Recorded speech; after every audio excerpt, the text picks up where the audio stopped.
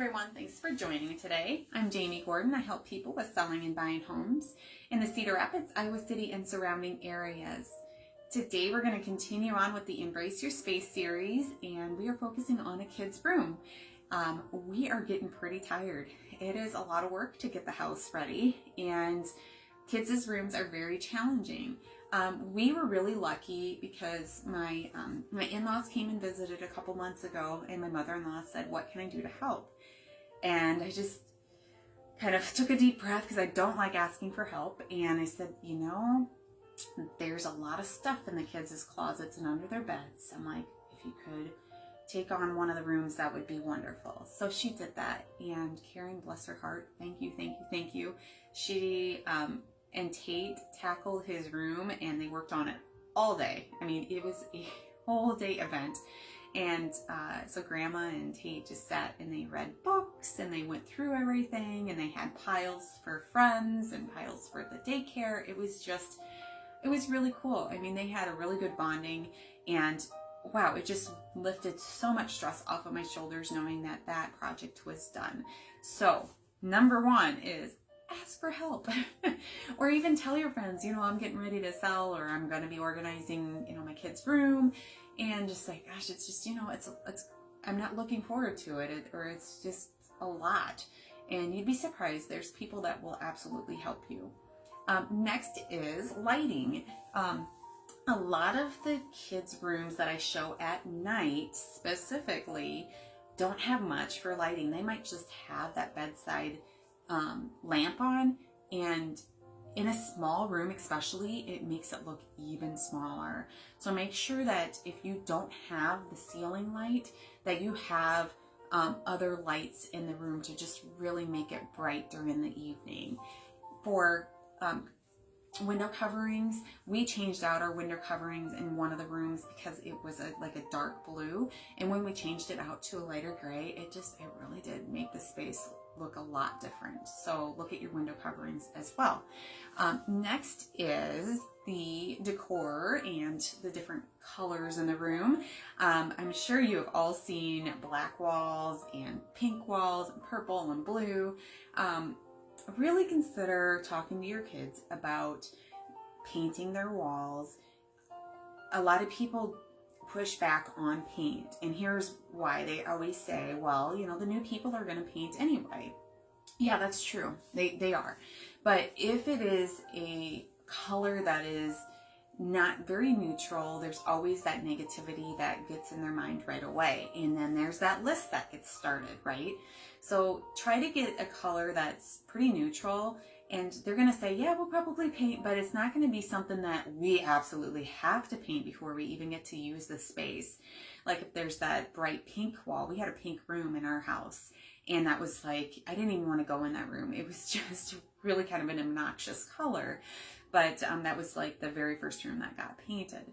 They're also thinking about, if it's that really dark color, they're thinking about how much work and money it's going to cost. Because if they're going to have to put many layers and have to get a primer, it's going to cost more. So go ahead and get a neutral color. So painting over this is going to be nothing. And it's going to take one coat and it'll be done. And also for the decor, I think I see it in teenage rooms more than anything. They have posters, they have things that might not be so appropriate for little eyes. Just having that heart-to-heart conversation with your teenager. With your new room, we're going to allow you to, if you're flexible, just say, we're going to allow you to, have somewhat of a budget to go and pick out some new things for your room. Let's get these posters down, and let's just make it look a little bit better for other people. Next would be toys, and so we're not talking about decor, but we're talking about actually toys that are laying around the room. So you want the home selling process to not be too emotional, but it's going to be emotional. Now, if your kid's favorite toy got stolen or got moved somewhere or got broken, that would just add a layer of stress, right? So make sure you move those special toys up somewhere where another child isn't going to touch it.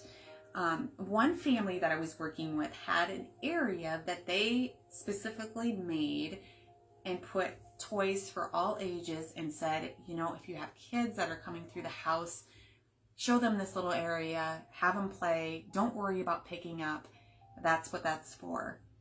What a great idea, really. It's such a good idea to have a space for little kids to go and play, because, you know, the mom and dad are trying to look to see if the house would work for them, and then the kids have something to do.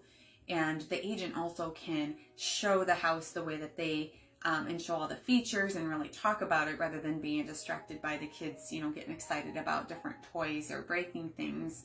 I usually, if I know that there's going to be younger kids, my son loves me for this, but he is really good. So he's 10 years old, or 11 years old, excuse me, and he will come along with me and help me with the kids. And it is super nice just to have an extra body that's able to conversate with the kids and help the family have a good experience.